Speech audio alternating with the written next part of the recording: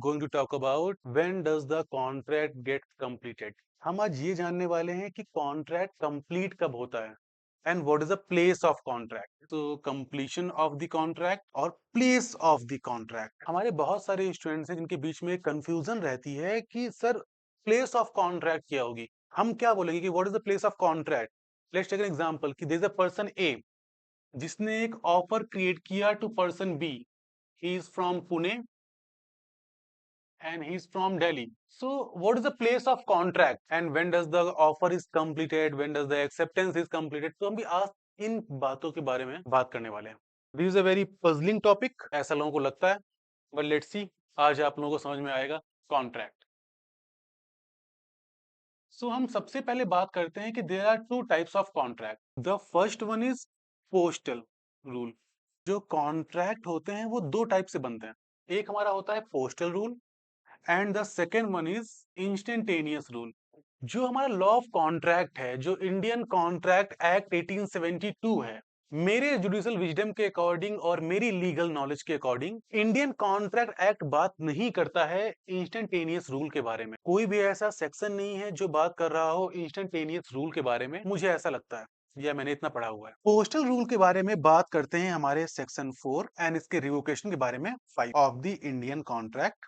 अब ये instantaneous rule क्या होता है? When there is a no time gap between the offer and acceptance. जब ऑफर और एक्सेप्टेंस के बीच में कोई टाइम गैप नहीं होता है, so it is called instantaneous rule. जैसे आप में आमने सामने खड़े हो, मैं बोलूं कि I want to sell my car for 5 lakh rupees. आप बोलो yes, there is no time gap. मैं कॉल पे आपसे बात करूं, there is no time gap, तो वहां पे क्या होगा? Instantaneous rule. इंस्टेंट, आप देख पा रहे हो ना, इंस्टेंट यहाँ पे बढ़ा रहा है ना, इंस्टेंटेनियस रूल. फिर हम बात करते हैं postal rule.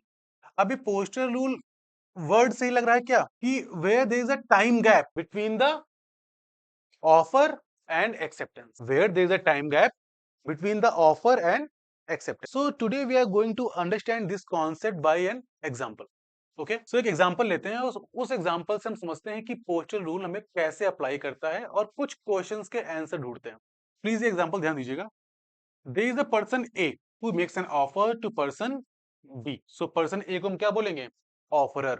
And person B को ऑफरी या फिर proposer and proposee. So person A ने क्या किया? He makes an offer to person B through a post office. Post office में इन्होंने एक ऑफर बनाया पर्सन बी के लिए. इन्होंने अपना जो ये ऑफर है ये पोस्ट किया है 1 जनवरी 2024 को. कब पोस्ट किया है? 1 जनवरी 2024. और ये पहुंचा है बी के पास में अराउंड इट विल टेक 2 और 3 डेज. सो ये बी के पास में पहुंच गया ऑफर 3 जनवरी 2024. ए ने एक ऑफर क्रिएट किया पर्सन बी के लिए थ्रू अ पोस्ट ऑफिस.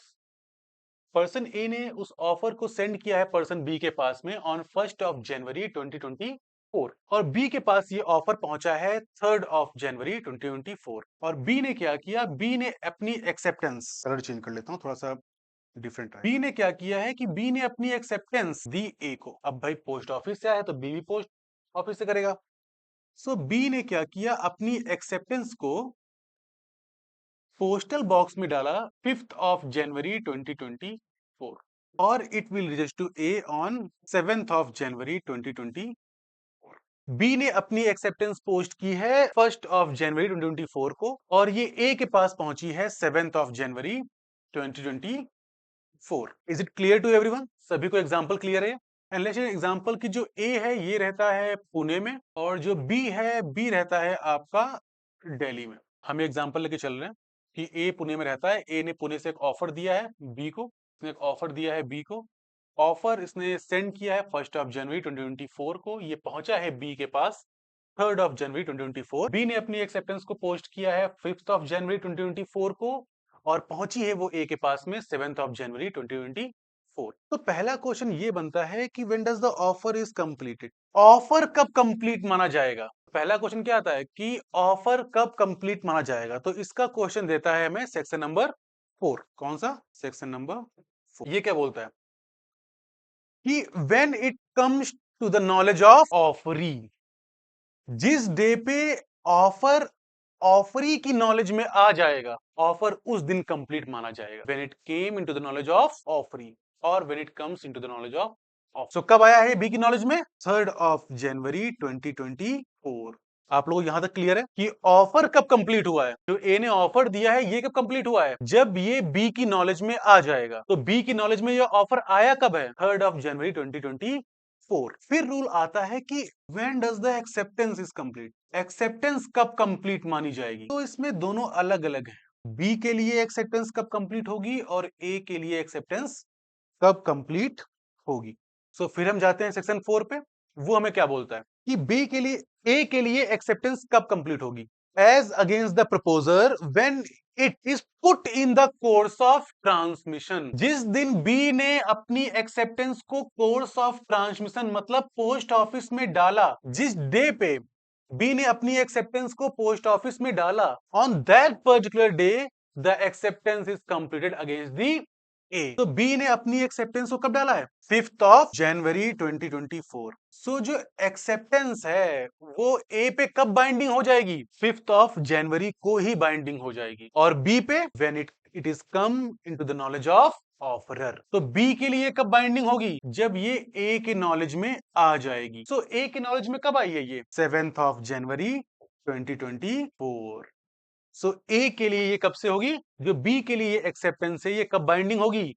7 जनवरी 2024। अब क्वेश्चन ये आता है कि what is the place of contract? What is the place of contract? So place of contract क्या है? पोस्टल रूल में हमेशा प्लेस ऑफ कॉन्ट्रैक्ट कौन सी होती है? जहां से एक्सेप्टेंस दी गई है। प्लेस ऑफ कॉन्ट्रैक्ट में जहां से एक्सेप्टेंस दी गई है, contract is concluded on that particular place. तो अपने केस में, अपने इस पूरे एग्जांपल में, अपने इस इलस्ट्रेशन में प्लेस ऑफ कॉन्ट्रैक्ट क्या होगी? दिल्ली। बिकॉज एक्सेप्टेंस बी ने कहां से दी है? दिल्ली से दी। तो पोस्टल रूल में आपको ये बात हमेशा ध्यान रखनी है। प्लीज आप लोग इसका स्क्रीनशॉट ले लीजिए, प्लीज ले लिया। सो पोस्टल रूल में हमेशा आप ध्यान रखिए कि प्लेस ऑफ कॉन्ट्रैक्ट हमेशा वो होगी जहां से एक्सेप्टेंस दी गई है। सो दिल्ली से एक्सेप्टेंस दी गई है, that's why the place of contract is Delhi. इसके साथ में मैं आपको बता दूं कि इंस्टेंटेनियस रूल में प्लेस ऑफ कॉन्ट्रैक्ट कौन सी होगी? जहां पे एक्सेप्टेंस रिसीव हुई है। प्लेस ऑफ कॉन्ट्रैक्ट कौन सी होगी? जहां पे एक्सेप्टेंस, प्लेस ऑफ कॉन्ट्रैक्ट जहां पे एक्सेप्टेंस रिसीव हुई है। मैंने आई एम फ्रॉम लखनऊ, मैंने पर्सन बी को कॉल किया and he is in Delhi. मैंने लखनऊ से पर्सन बी को कॉल किया दिल्ली में कि भाई I want to sell my car, would you like to buy it? And person B said that yes. तो अगर बी पर्सन यस करता है तो यहां पे क्या होगा कि इन दिस केस जब प्लेस ऑफ कॉन्ट्रैक्ट जहां पे एक्सेप्टेंस सुनी गई है, जहां पे एक्सेप्टेंस सुनी गई है, तो भाई बी ने बोला तो दिल्ली से है यस, पर मैं सुनी कहां पे एक्सेप्टेंस? लखनऊ में। तो the place of contract is in the case of instantaneous rule. In the case of instantaneous rule, the place of contract is जहां पे ये पर्टिकुलर एक्सेप्टेंस रिसीव हुई है। तो कहां पे रिसीव हुई है?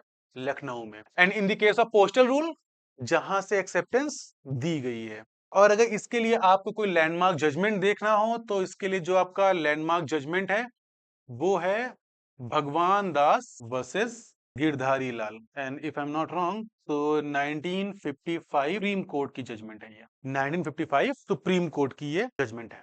अगर आपको इसका if I am telling you the case law landmark judgment regarding the place of contract, तो वो आपका वो है Bhagwan Das versus Girdhari Lal. This is the landmark judgment regarding the place of contract. और ये जजमेंट आपका आया था 1966 में, सुप्रीम कोर्ट का जजमेंट है ये।